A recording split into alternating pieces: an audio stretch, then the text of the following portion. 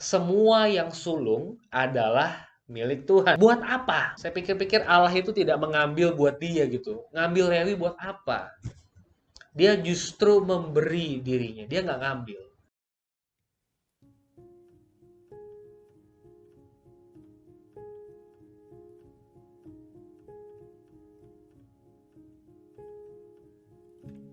Selamat hari Minggu, Bapak Ibu sekalian, Shalom. Pada hari ini kita mau ini lebih banyak informasi atau belajar kayaknya daripada refleksinya. Saya mendapati sesuatu yang baru juga ketika saya membaca bagian saat teduh pada hari ini.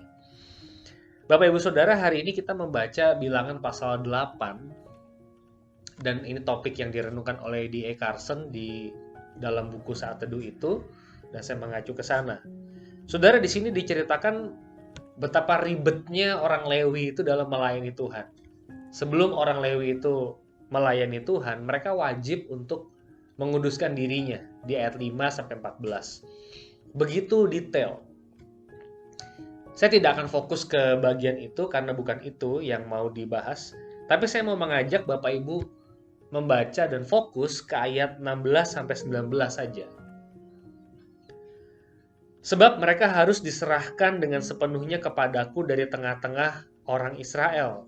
Ganti semua yang terdahulu lahir dari kandungan. Yakni semua anak sulung yang ada pada orang Israel telah kuambil mereka bagiku. Sebab semua anak sulung yang ada pada orang Israel, baik dari manusia maupun dari hewan, adalah kepunyaanku. Pada waktu aku membunuh semua anak sulung di tanah Mesir, aku telah menguduskan sesamanya bagiku. Aku telah menguduskan semuanya bagiku.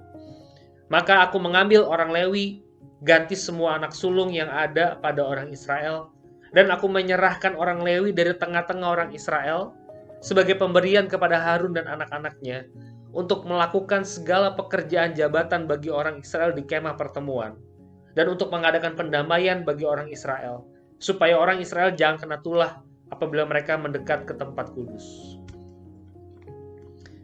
Bapak Ibu kalau melakukan close reading, membaca dengan cermat, Bapak Ibu akan dapat satu keanehan.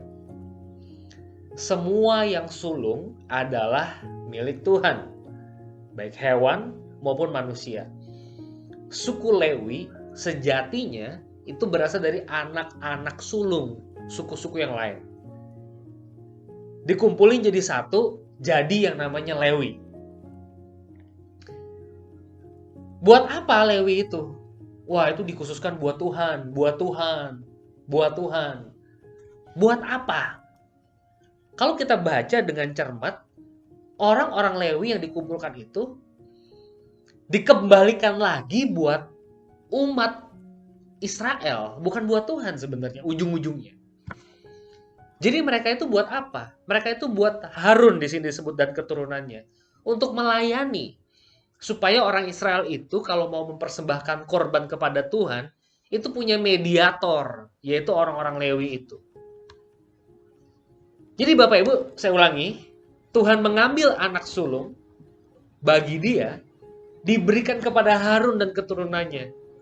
Supaya apa? Buat siapa? Untuk apa?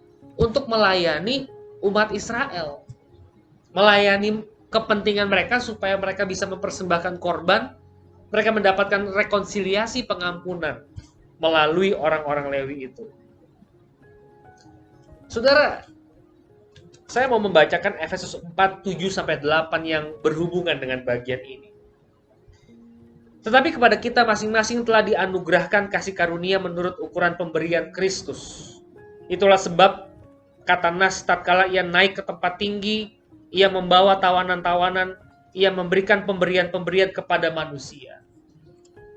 Saudara, kita adalah tawanan-tawanan Kristus.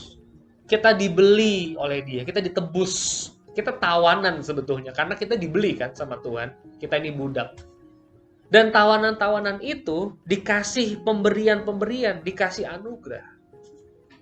Kita harus sadar bahwa kita adalah tawanan yang hidup dengan martabat, dengan kehormatan.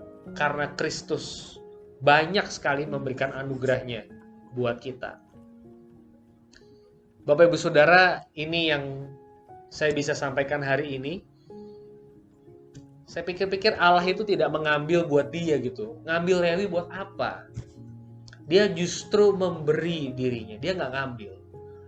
Dia ngambil buat kita. Dia memberikan anaknya yang tunggal, Yesus Kristus, buat kita.